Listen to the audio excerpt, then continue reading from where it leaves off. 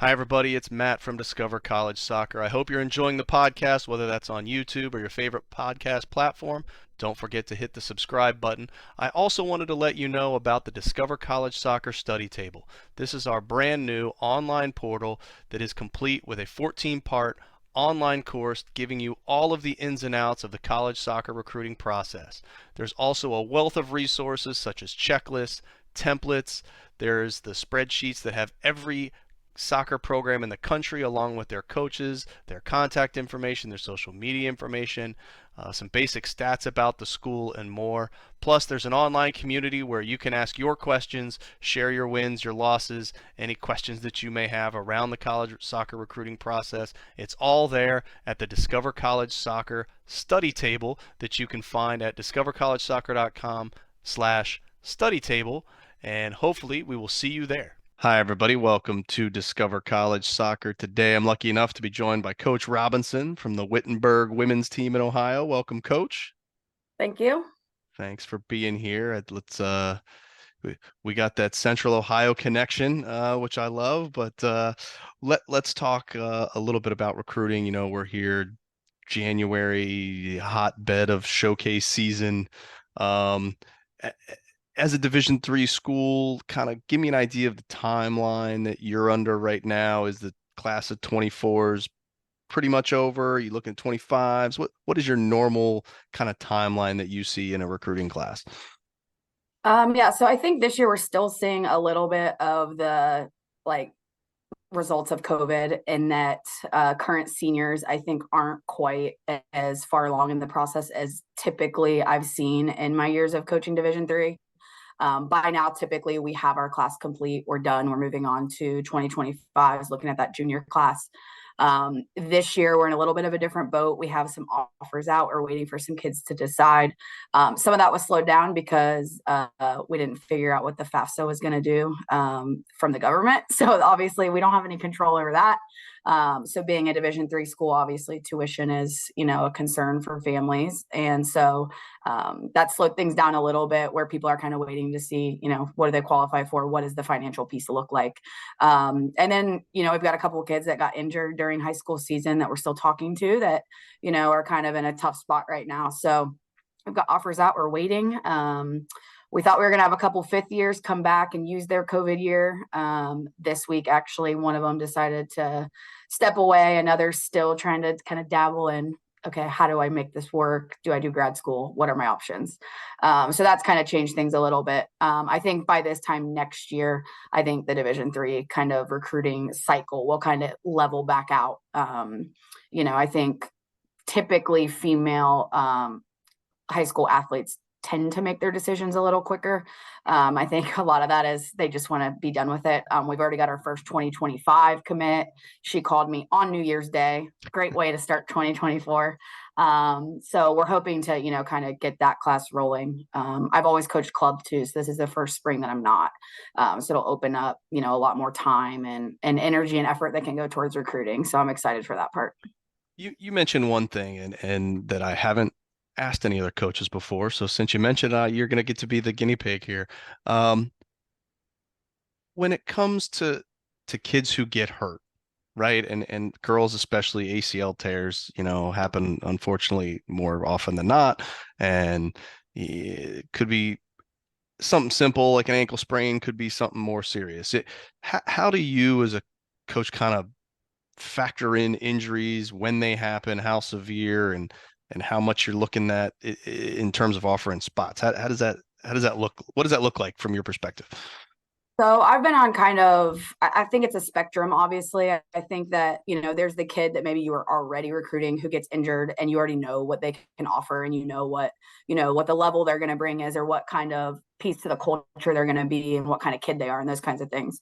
And then there's the complete opposite where it's, Sally Smith emails me, hey, I tore my ACL. Unfortunately, I can't play in front of you this spring, but I'm really interested in Wittenberg. What should I do? So, and then there's a lot in between, right? Like I was cleared at the end of high school, but I'm not to top form yet. And I'm a senior and I'm panicking. And so there's a big spectrum. I don't think it's as simple as, I'm injured. What do I do? So we actually are recruiting a girl right now who tore her ACL in her high school season. Luckily, I had already seen her play quite a bit in her high school season. I saw quite a few games. So I feel like I have a good sense of her as a player. She comes from a good high school, so I know she's getting good training. She came from a good club, so I know that she's played at a good level.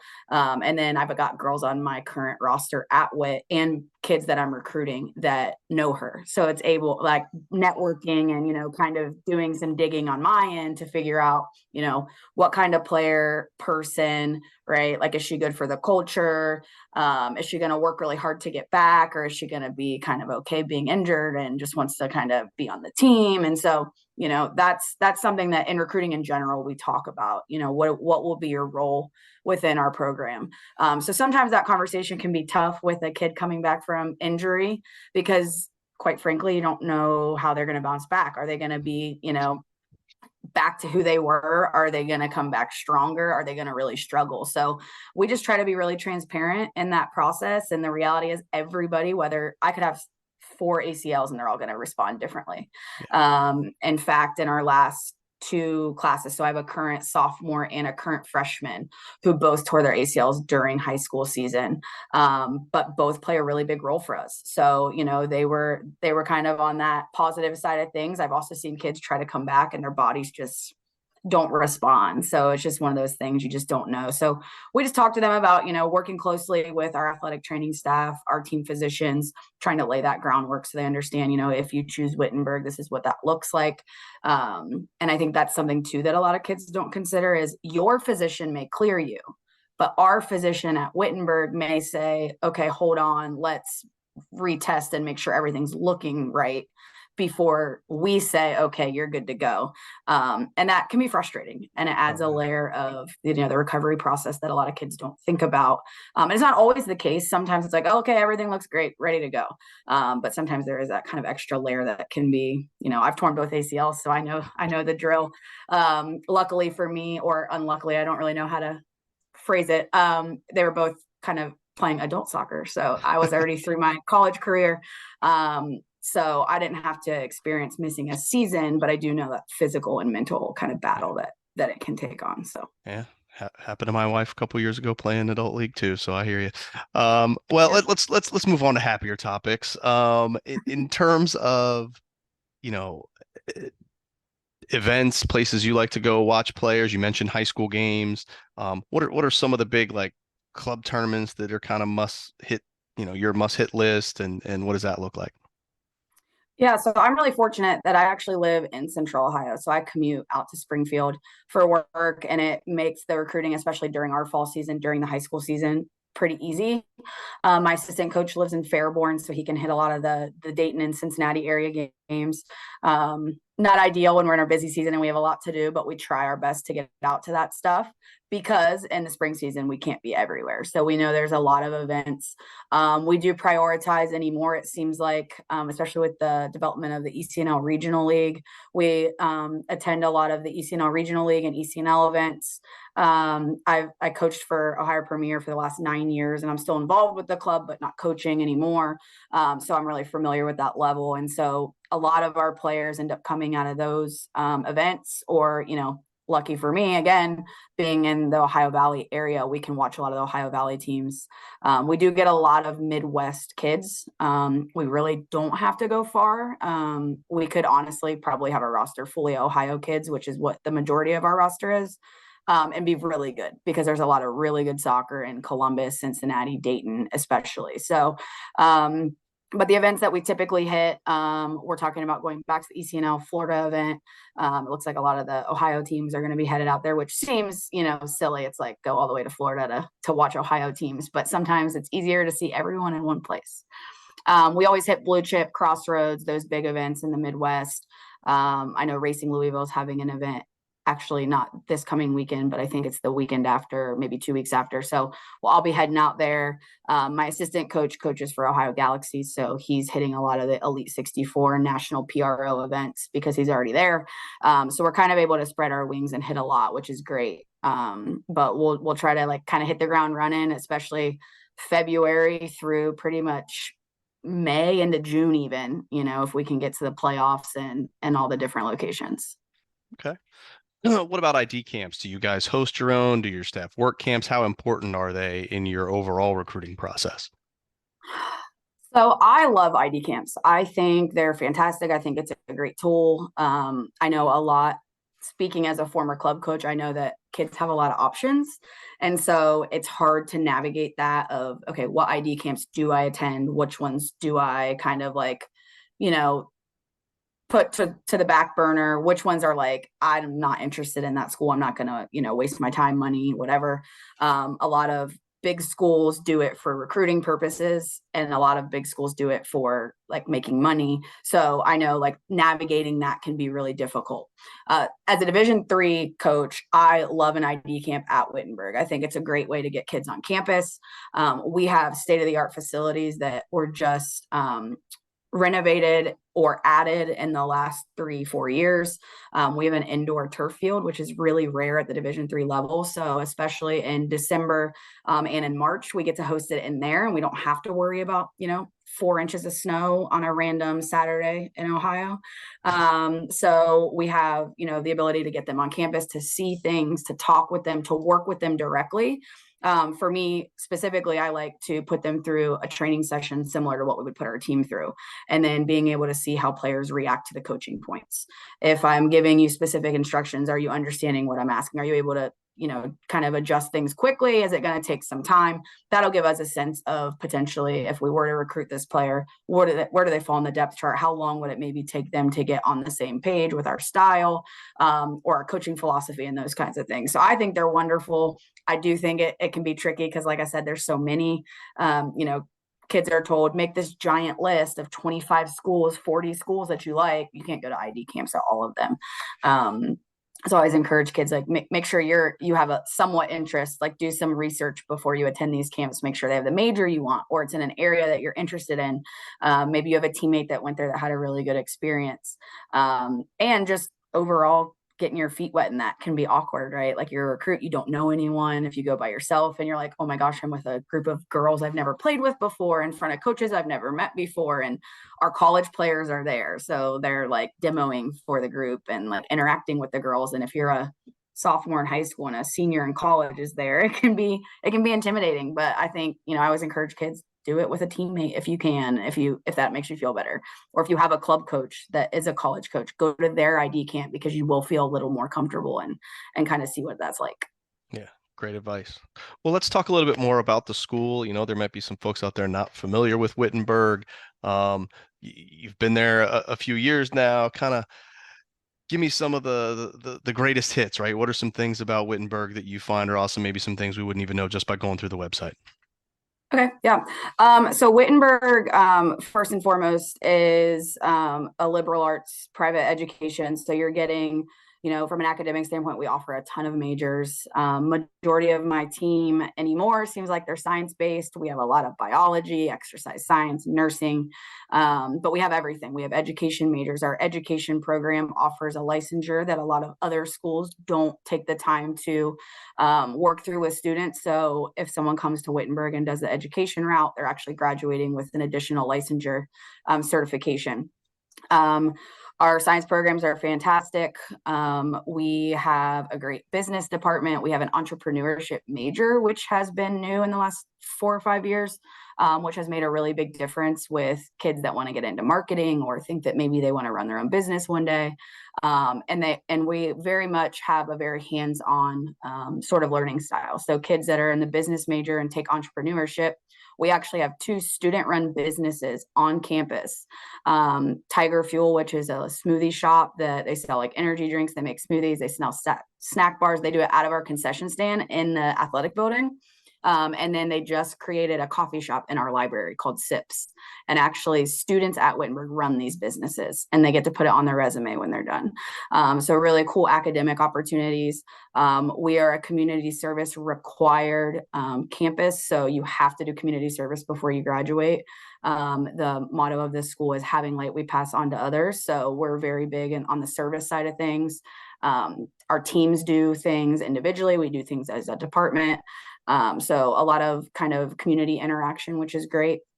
And then from an athletic standpoint, we have a tradition of winning. We have really good history of championships across a lot of our sports, football, men's basketball, women's basketball, women's volleyball, have all, competed for national championships.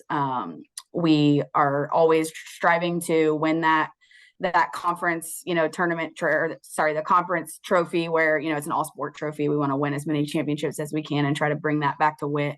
But I think the biggest feedback we get from student athletes when they visit campus is just how friendly people are at Wittenberg, whether that's professors, whether that's, the workers in our cafeteria or, an admissions counselor. It could be a student, but every time we have students on campus visiting, everyone's kind of stopping, hey, welcome to WIT, very welcoming. So I think it's a really cool campus.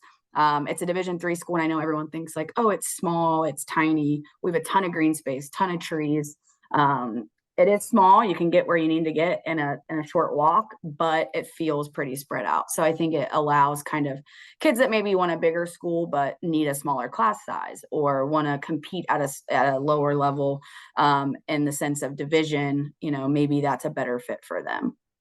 Okay, awesome.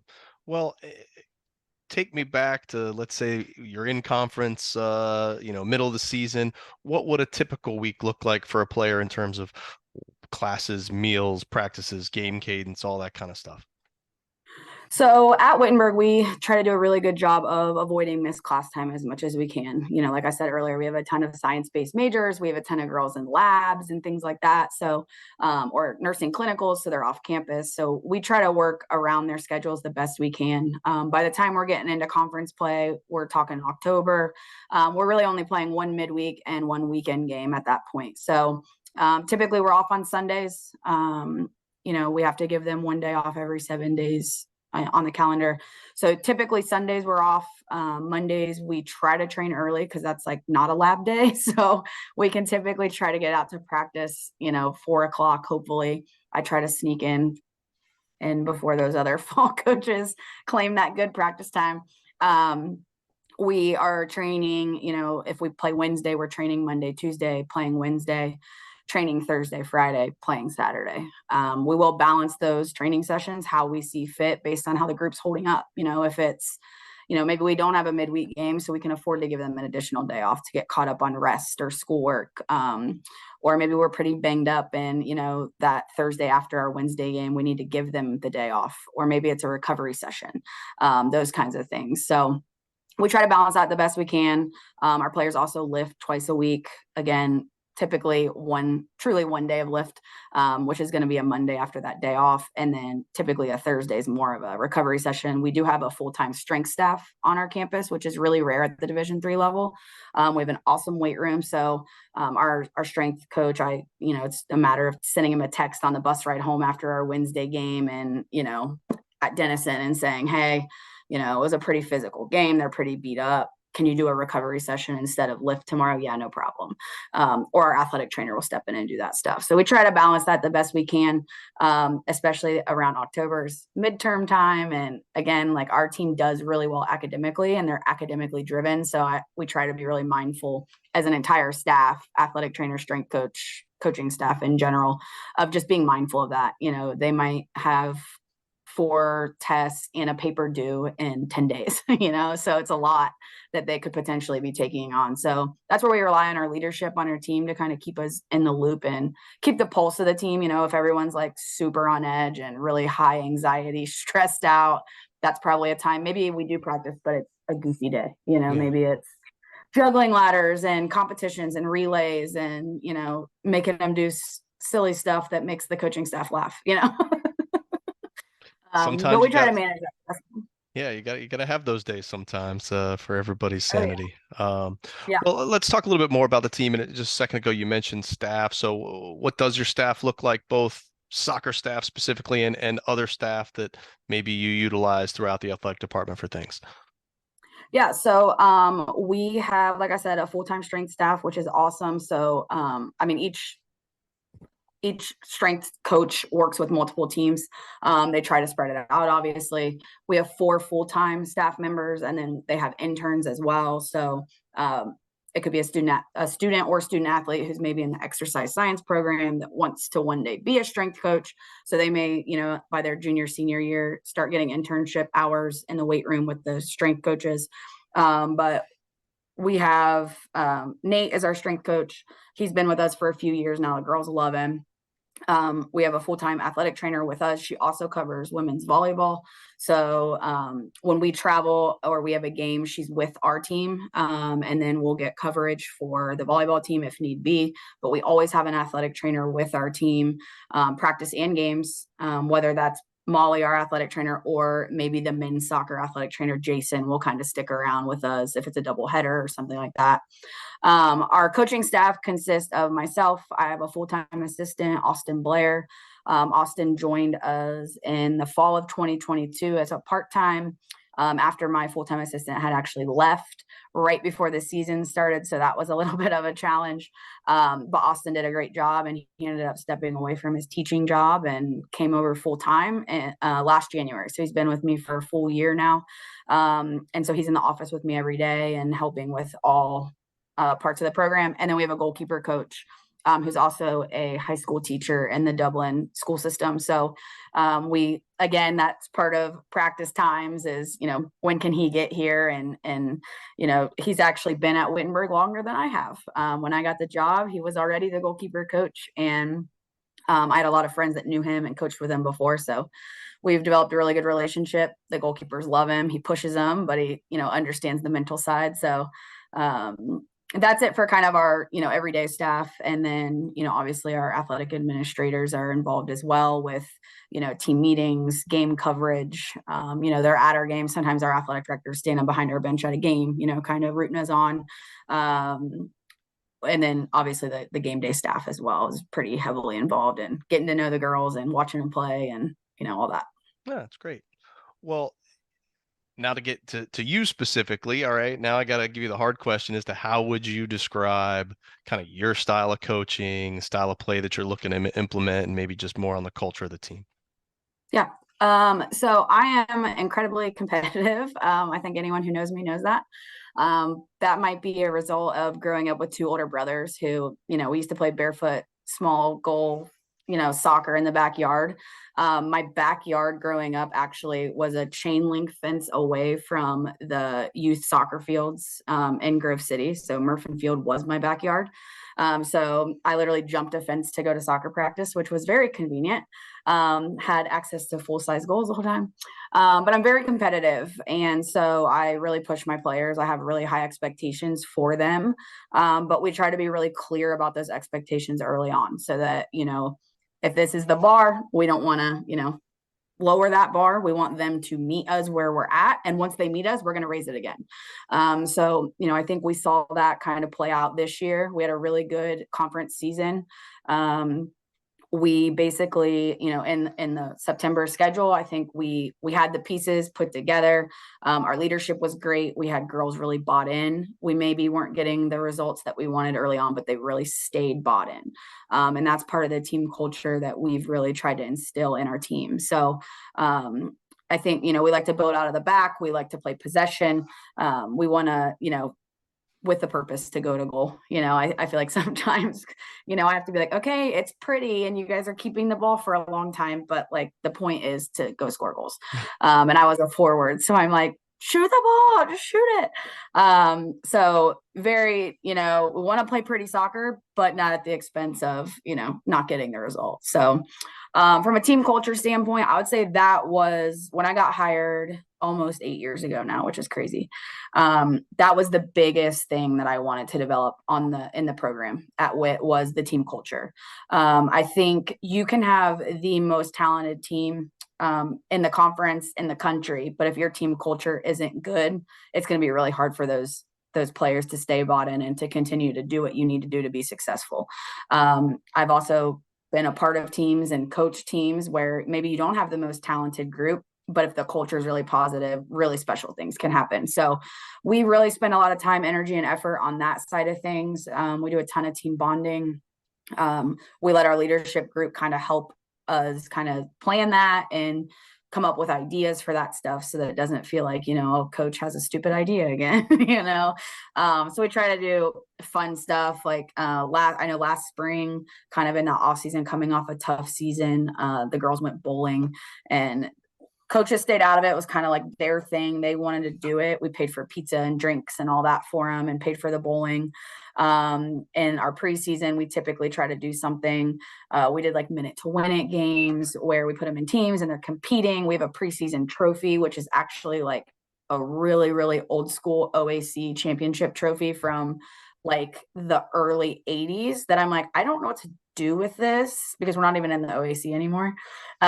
So we just, turned it into our preseason trophy. So now if you win the preseason cup, you get your name on it. So we started that tradition.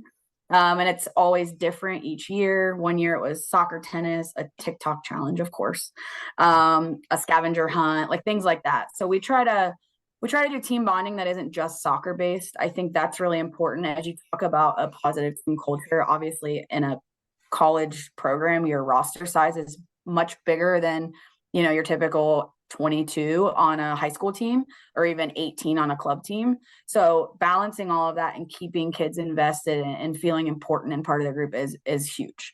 So we want to do things that have nothing to do with soccer. A player that maybe doesn't get a ton of playing time, if everything we do revolves around soccer, they're not ever really going to feel like they get to push that bar or be at the top of the group.